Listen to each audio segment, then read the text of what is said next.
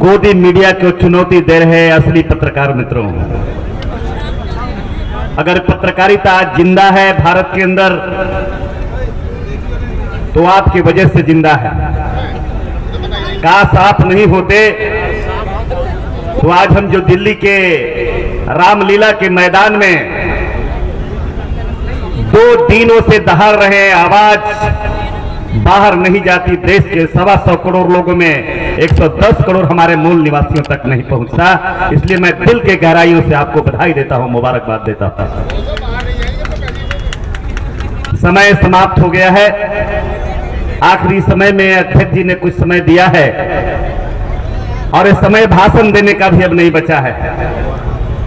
मैं कंक्लूड भी नहीं करने का मुझे अधिकार नहीं है कि मैं भाषण को कंक्लूड करूं, लेकिन जो एजेंडा है, रिजोल्यूशन 2 दिन का रहा है, 2 दिन का जो मंथन होकर के आया है, मैं अपने तरफ से नहीं जोड़ते हुए जो हमारी इस सदन ने, इस हाउस ने जो तय किया है, जो पटल पे रखा है, मंच पर रखा है, न्याय अधिकार सम्मेलन के रूप में, महाकुंभ के रूप में, मैं उन बातों को दोहराते हुए और समर्थन करते हुए मैं सिर्फ यही बात मैं कहना चाहता हूं कि मित्रों, जो एजेंडा में है और एजेंडा में इस देश में हमारे साथी ने, मैं आज भी वो बात मुझे याद आ रही है, ये कार्यक्रम को देखकर, इतने पार्टी और इतने नेता को जो यहां इकट्ठा किए, जो एक शेर मुझे, एक बात मुझे याद आ रही है, आसमां झुक रही है जमी पे, आसमां झुक रही है जमी पे, ऐसा ऐसा मिलन हमने देखा कहीं यहीं पे।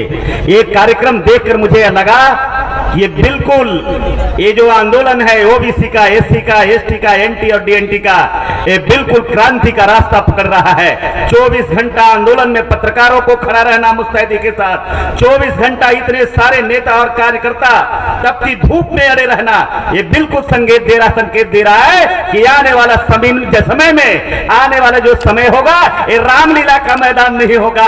जब क्रांति के रास्ता खुलेगा तो ये बुद्ध लीला और भीम लीला का मैदान बनेगा। ये रास्ता खुलता हुआ दिखाई पड़ रहा है। तो मित्रों, मैं सिर्फ आज हुंकार भराना चाहूंगा आप लोगों से, सिर्फ स्वीकृति लेना चाहूंगा। मैंने कहा कि अब भाषण का समय नहीं बचा है। इस देश के जालिम लोगों ने आज वही बात को मैं रख रहा हूं जो कल भी थोड़े से समय मैंने रखा था कि ये मेरे बाप दादा ने यादव नहीं बनाया था, चमार नहीं बनाया था, फांसी नहीं बनाया था, तेरे बाप दादा ने जाति बनाया है। आज जाति जनगणना पर तुझे दुख किस बात की है? हम चाहते हैं कि आप जाति जनगणना कराओ और इस देश के लोगों को बताओ, ताकि घरों में बैठे हमारे गुलाम लोग हैं, उनके पैरों से बेड़ियां खुल सके और तेरे बाप के घर में हमारे लोग भेजने का काम करें। ये इसलिए हम आंदोलन चल रहे हैं। ये जाति जनगणना इसलिए करना चाहते हैं तब हमारे इस देश के कमजोर वर्ग के लोग, इस देश के अति पिछड़ा लोग, इस देश के एससी एसटी लोग को समझ में आ जाए कि मेरे अधिकारों को किस तरह से गुलामी की जंजीर में जकड़ के रखा है। हम बिल्कुल मुकम्मल तौर पर खड़े हैं और आपसे मैं चाहता हूं, आप लोग ओंकार भर के बताइए, हिंदुस्तान के लोगों, हिंदुस्तान बोलना बहुत बड़ा पाप है, मेरे से भी गलती हो गई, मैं माफी चाहना हूं। भारत के लोगों, मैं भारत के आप लोगों, भारत के लोगों, आप लोगों से पूछना चाहता हूं, आप मुझे बताइए जितने लोग हैं, हुंकार भर के बताइए, क्या जद्दी जाति जनगणना होना चाहिए कि नहीं होना चाहिए? होना चाहिए कि नहीं होना चाहिए?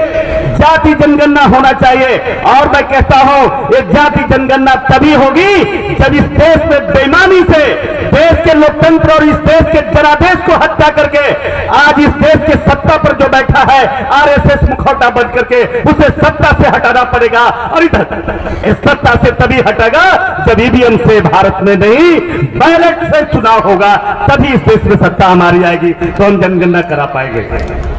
और जो घर और खासकर बहुत जो न्यायपालिका की आप बात आपने कहा है, मंच पर कहा है, मैं काट नहीं रह कर रहा हूं, मैं कंक्लूड कर रहा हूं, लेकिन एक बात भी आज भी मैं कहता हूं, ये न्यायपालिका मेरा कहां है? आप लिख दो, आप अपने मीडिया से कह दो। आज भी मैं कहता हूं, आज भी भारत के अंदर जो न्याय व्यवस्था है, वो न्याय व्यवस्था भारत के लोकतांत्रिक और भारत के संविधान के तहत नहीं, जाति देखकर इंसाफ किया जाता है, न्याय और सजा दी जाती है। इसलिए आज भी ये न्याय व्यवस्था पर मुझे भरोसा नहीं है। मैं आपसे कहना चाहता हूं, जिस दिन ईवीएम बदलेगा, जिस दिन सत्ता बदलेगा, उस दिन आपका न्याय बाबा साहब के संविधान से न्याय होने लगेगा। हम वो भारत देखना चाहते हैं, वो संविधान से देश को चलाने की बात करना चाहते हैं। मित्रों, समय का अभाव है, पीछे से इशारा हो रहा है। मैं आयोजक बंधुओं को खास करके इस संस्था से जुड़े ओबीसी फ्रंट और तमाम 500 संगठन के लोग यहाँ पर जुड़े हैं, मैं तमाम लोगों को दिल से बधाई देता हूँ, मुबारकबाद देता हूँ और अपने आप को इस आंदोलन से जोड़ते हुए आपको हिम्मत देता हूँ। आप तैयारी करिए, 24 से पहले का भी तैयारी करिए। मैं भी एक भाई, एक बेटा आपके लहू में मिला है, आने वाला दिन होगा तो मैं एक टेलर जरूर आपके सामने पेश करूंगा, ये मैं प्रॉमिस करके जा रहा हूं, वादा करके जा रहा हूं। लेकिन एक बात मैं आपको कह रहा हूं, आप मुझे बताइए, जो 24 इतनी बड़ी चुनौती है, मीडिया के साथियों आपकी भी चुनौती है। आपका मीडिया का अधिकार खत्म कर दिया, इस देश में लोकतंत्र को खत्म कर दिया, चारों स्तंभ को खत्म कर दिया। आप मुझे बताइए 24 में, आने वाला 24 में आरएसएस की सरकार जो है, जातिवादी ब्राह्मणों की सरकार है, आप हटाएंगे कि नहीं हटाएंगे? बोलिए, हटाएंगे कि नहीं हटाएंगे? भगाएंगे कि नहीं भगाएंगे सत्ता से? पक्का हटाएंगे? प्रॉमिस है, वादा है।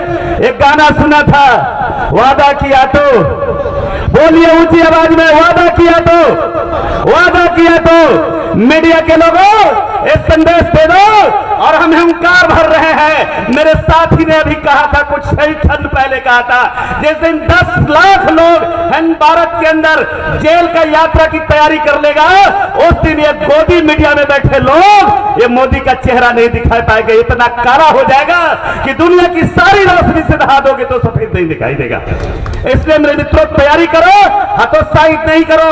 यह देश 1500 साल गुलाम रहा है, 1500 साल हम गुलामी की जिंदगी जिए हैं, इसलिए चिंता मत करो। कुछ दिन में आज जो हुआ है, समय नहीं है। बहुत कुछ कहने का था, कोई आंखों आंखों से बात कर लेता है, कोई बातों बातों से मेरे इशारे को समझना, मेरी भावना को समझना, इस मंच की भावना को समझना। कोई बातों बातों में बात कर लेता है, कोई बातों बातों में मुलाकात कर लेता है। बड़ा होता है जवाब देना मुश्किल जब कोई खामोश होकर सवाल कर लेता है। एक खामोशी नरेंद्र मोदी, इस 125 करोड़ में 110 करोड़ हिंदू भारत के जनता की खामोशी है। उस खामोशी से समझना, तुम आज जबरदस्ती सत्ता में बैठकर हमारे छाती पर बुलडोजर चलाना चाहते हो, हमारी छाती पर बाबा साहब के संविधान को मिटा देना चाहते हैं, तो मैं तुझे बोल देना चाहता हूं, हम धीमी छोटी धीरी आवाज में नहीं, ऊंची आवाज में मैं बोल रहा हूं। तेरी ईडी और तेरी सीबीआई और इंटेलिजेंसी जो भी है, उसे चैलेंज कर देता हूं। चलाओ तुम डंडा, चलाओ बुलडोजर। तेरी मां की लाल कर तेरी मां ने दूध पिलाई है छाती की, तो आज भी मैं कहता हूं, आज भी तुम डब्बा के दूध पी के बड़ा हुआ है, मैं मां की छाती का दूध पी के बड़ा हुआ हूं। लड़ो, फैसला कर लो भाभी, लेकिन अप्रत्यक्ष लड़ाई क्यों लड़ते हो? आओ ना मैदान में, तय कर लो वोट का लगता, तय कर लो तारीख लाल किला पे, तय कर लो ये रामलीला मैदान में। तेरे डब्बे के दूध से अगर मेरी दूध आपकी दूध हार जाएगा तो मैं चला जाऊंगा भारत छोड़कर, और नहीं तो तुझे अपने बाप के घर जाना पड़ेगा। ये भारत में राष्ट्रभक्ति सिखा रहा है। इस देश में मेरा देश, मेरा संविधान, मेरी जागीर, मेरी दौलत, और मुझे ही दूसरे देश से आकर देशभक्ति का सर्टिफिकेट बांटा है। देशभक्ति तुम में देशभक्ति है, तुम्हें देशभक्ति होता तो महात्मा गांधी की हत्या करता, तुमने देशभक्ति होता तो इस देश के संविधान को चुनौती देता, खत्म करता। तो उसमें देशभक्ति होती तो तुम 125 करोड़ लोगों के भावनाओं के विरुद्ध में काम करता। इसलिए मैं तो उसे देशभक्त नहीं, लेकिन अफसोस मैं फिर भी आज मैं कह रहा हूं, लाचार उनसे नहीं हूं। ये चौक कुट्टी ऐसे लोग हैं जिनकी आजमाइश नरेंद्र मोदी जी हो चुकी है। याद करिएगा, जब मंडल के खिलाफ आपका मंडल लेकर निकले थे, बड़े अच्छे से आपके आका अडवाणी जी को मालूम है जिन्हें कितना सत्कार करके कहां भेज दिया गया था। और 6 दिसंबर की तारीख भी आपको याद कर लेना, जब चैलेंज तुमने देश के संविधान को दिया था, तो मुलायम सिंह यादव मुलायम सिंह यादव जैसा बेटा तेरे आका तेरे बाप को हैसियत भी बताने का काम किया था। ये भी पूरे भारत में दुनिया जानती है। इसलिए मित्रों, समय कम है, समय का अभाव है, मैं विशेष ज्यादा नहीं बोल सकता। ज्यादा बोल दिया हो तो मुझे माफ कर दीजिएगा। मंच से भी मैं माफी चाहूंगा, अध्यक्ष जी से भी माफी चाहूंगा, क्योंकि आखिरी समय था तो मुझे लगा कि थोड़ा सा मीडिया वालों को भी थोड़ा सा देख के चले जाएं, क्योंकि इनके लिए भी बड़ा अभाव है, और ये भी सब्सक्राइबर पर जिंदा है और व्यूअर पर जिंदा है। इसलिए मैं चाहता हूं इन्हीं चंद शब्दों के साथ मैं बिल्कुल भारत के संविधान में आस्था जताते हुए बाबा साहब अम्बेडकर के भारत, सम्राट अशोक के भारत, भगवान बुद्ध के भारत को वापस वापसी करना चाहते हैं। हम कौन कहता है धर्मांतरण करने वाले?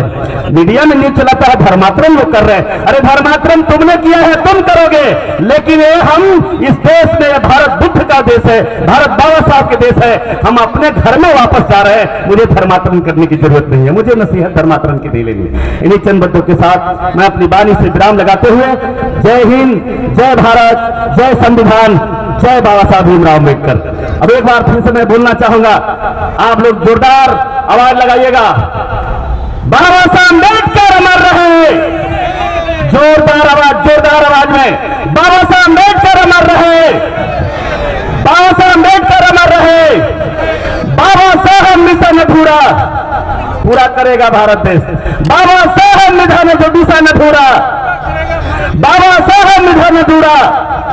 जय हिंद, जय भारत।